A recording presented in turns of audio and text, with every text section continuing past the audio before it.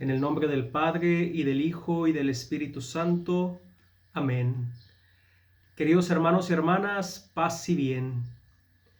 Concluido el tiempo litúrgico que celebra el misterio de la Pascua, se abre el llamado tiempo litúrgico ordinario, que es el tiempo de nuestro camino cotidiano como discípulos, siguiendo los pasos del Señor Jesús, de quien en todo este tiempo hemos contemplado la encarnación, la pasión, la muerte y la resurrección.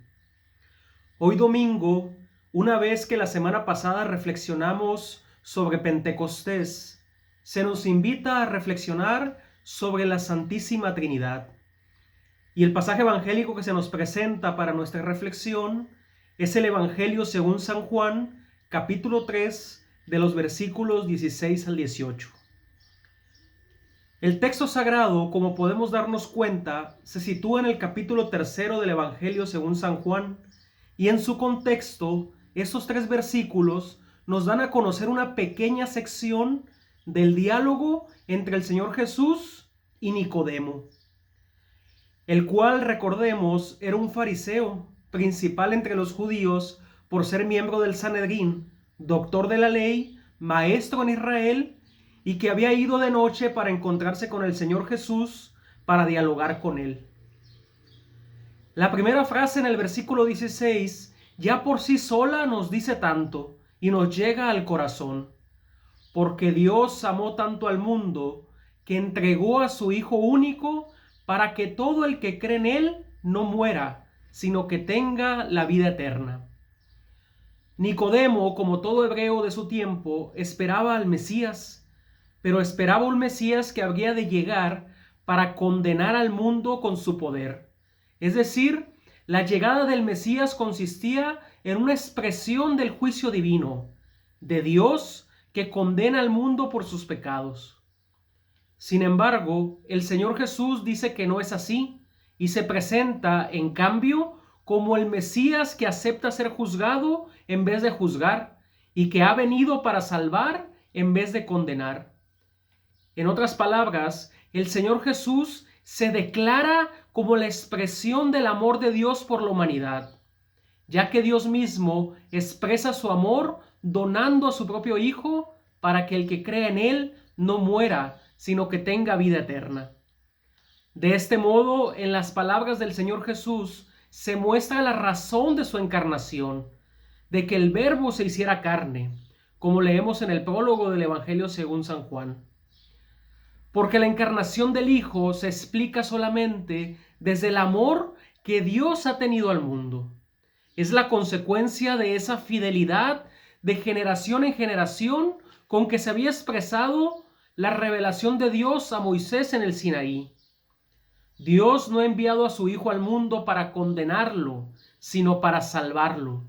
Quien cree en Él experimenta la verdadera salvación. Esta afirmación coloca al amor como una realidad absoluta y fundadora. El amor precede a todo y como donación es una invitación que abre el camino al drama de la muerte en la cruz, el misterio más secreto del amor de Dios. Porque también va a decir San Juan, en esto reside el amor.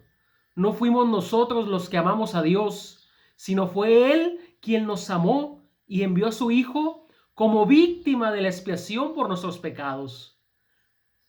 Y esta expiación de nuestros pecados se hizo en la muerte en cruz que tuvo el Señor Jesucristo por cada uno de nosotros.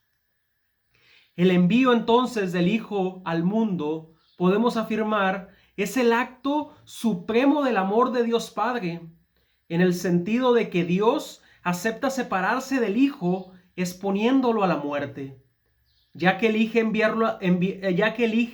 enviarlo al mundo que está lleno de pecado para la salvación de aquellos que yacen, para la salvación de aquellos que yacen bajo el yugo del pecado. Pero de frente a esta revelación es necesaria la fe. Todo el que cree en Él, dice el versículo 16.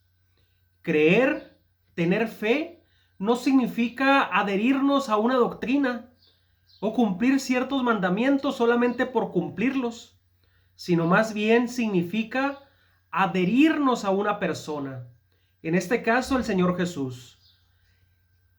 Creer en Él significa abandonarnos en sus manos, en su presencia, confiar completamente en que Él es el único que nos salva. Entonces, todo el que cree en Él no muera, sino que tenga vida eterna, dice la otra parte del versículo. Tener la vida eterna significaba para los fariseos un premio que se obtenía en el futuro por el buen comportamiento tenido en la vida presente. Ciertamente es una de las ideas que tenemos de la vida eterna. Pero el Señor Jesús, en cambio, para el Señor Jesús es una condición en el presente. La vida se llama eterna no tanto por la duración indefinida que tenga, sino más bien por la calidad indestructible de ella. Es por eso que la vida eterna desde el Señor Jesús es posible vivirla en el hoy de nuestras vidas, con la confianza y con el convencimiento de que nuestra vida es indestructible. Luego, en el versículo 17, también expresa una frase que por sí sola nos llena el corazón. Porque Dios no envió a su Hijo para juzgar al mundo, sino para que el mundo se salve por él. El verbo juzgar en el texto griego no significa condenar, sino que significa emitir una sentencia. Con esto podemos entender que cuando dice porque Dios no envió a su Hijo para juzgar al mundo, es que el Señor Jesús no vino a condenar, sino vino al mundo para ofrecer una alternativa diferente a la vida de cada uno de nosotros. Y su misión solo es de salvación. La manifestación del amor de Dios en este versículo viene descrita con un significado misional. El amor de Dios fue el motivo para enviar al Hijo, y su propósito fue la salvación de cada hombre, de toda la humanidad, de ti, de mí, de cada uno de nosotros. El propósito divino es entonces completamente positivo y universal. Es católico, universal. El Mesías entonces no tenía ni tiene una tarea judicial y no excluye a nadie de la salvación. En el Hijo brilla el don y la prueba del amor de Dios. Solo su gloria, su amor, su lealtad a cada uno de nosotros. Por tanto, no hay discriminación dentro de Israel, pero ni siquiera entre Israel y los paganos. La salvación es para todos. No solamente es para un pueblo elegido o para ciertas personas que son predestinadas. La salvación es una invitación para todos. Porque salvarse a sí mismo significa pasar de la muerte a la vida eterna. Y esto solo es posible a través del Señor Jesús, que nos da su Espíritu para que podamos también ir por el camino de la salvación para poder salvarnos. Nadie se salva a sí mismo. Solamente el Señor Jesús es quien nos puede salvar. El versículo 18 dice, y vuelvo a lo mismo, es una frase que nos llena el corazón por sí sola. El que cree en Él no es condenado. El que no cree ya está condenado, porque no ha creído en el nombre del Hijo único de Dios. Este versículo nos describe invariablemente la responsabilidad que recae en el hombre, y no tanto cuanto en Dios, porque su amor, como hemos dicho y como hemos contemplado, no hace excepciones. El hombre se convierte en el sujeto gramatical de esta frase. Y la fuerza de la frase nos habla de que no hay posibilidad de indiferencia. O estás a favor del Señor Jesús y de su salvación, o estás en contra de Él. Así, ante la oferta del amor de Dios, hay dos posibles respuestas, y esa respuesta depende de cada uno de nosotros: aceptar o rechazar. Nicodemo, ciertamente volvemos al diálogo, en el versículo 4 de este capítulo 3, objetó que no es posible nacer de nuevo. Sin embargo, Desde Dios todo es posible. Depende del hombre tomar una decisión. Solo aquellos que rechazan esta ofrenda de amor que Dios hace en el Señor que Dios hace en el Señor Jesús están excluidos de la salvación. La negativa radical y definitiva a adherirse a la persona del Señor Jesús corresponde a la exclusión definitiva.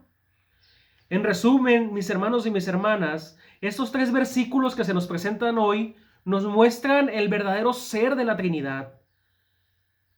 Más que un conglomerado sustancial y metafísico de esencia, de personas o naturalezas, ciertamente es un misterio insondable de dar vida, de amar sin medida. Así el Dios de la Biblia, el Dios trinitario, el Padre, el Hijo y el Espíritu, nos dan vida para vivir con Él la verdadera vida, que nos ha revelado en Jesús y que nos ofrece por su Espíritu.